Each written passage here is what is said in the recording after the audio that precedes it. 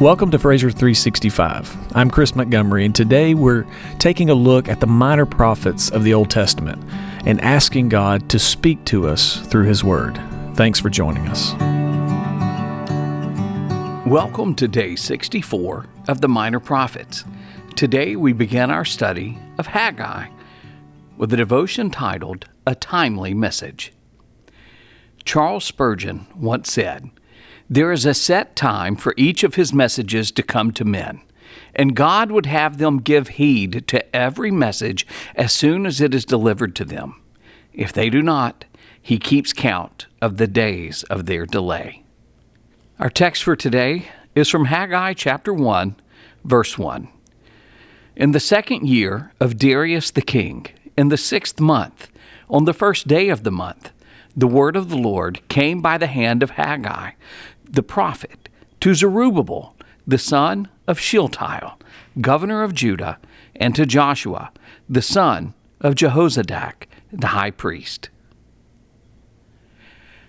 To understand the significance of Haggai, it helps to have some knowledge of the events before this prophecy. David Guzik provides this needed information. In 538 BC, Cyrus, king of Persia, allowed the exiled Jews to return to Jerusalem after 70 years in captivity. 2 years later, in 536 BC, construction on the temple began, led by Zerubbabel. The work stopped after 2 years. After 14 years of neglect, work on the temple resumed in 520 BC and was completed 4 years later in 516 BC. That's according to Ezra chapter 6, verse 15. In light of those historical facts, Haggai begins his prophecy with specific details of the date of his writing. Again, Guzik gives the following explanation of the beginning phrase of Haggai 1:1. In the second year of Darius the king, in the 6th month, on the first day of the month. The prophecy of Haggai gives us specific chronological marking points. Chapter 1, verse 1, chapter 1, verse 15, chapter 2, verse 1, chapter 2, verse 10, and chapter 2, verse 20. The prophecy begins in 520 BC. This makes Haggai the first among the post-exile minor prophets. Of the 12 minor prophets, the first 9 spoke before Judah was carried away captive, exiled to Babylon. The last 3 minor prophets, Haggai, Zechariah, and Malachi, each spoke to those who returned from the 70-year exile. Verse 1 of Haggai continues with these words, "The word of the Lord came by the hand of Haggai the prophet." Haggai writes in the difficult years after the Jews returned from Babylonian exile.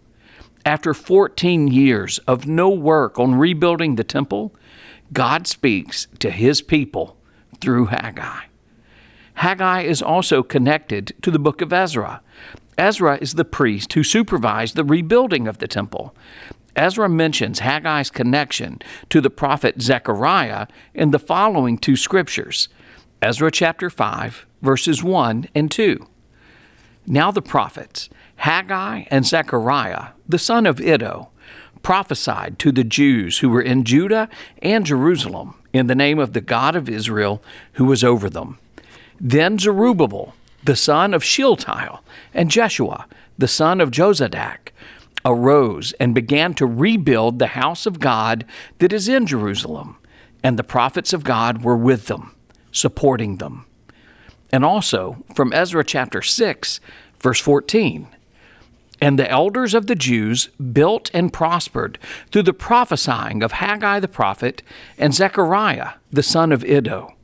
They finished their building by decree of the God of Israel and by decree of Cyrus and Darius and Artaxerxes, king of Persia."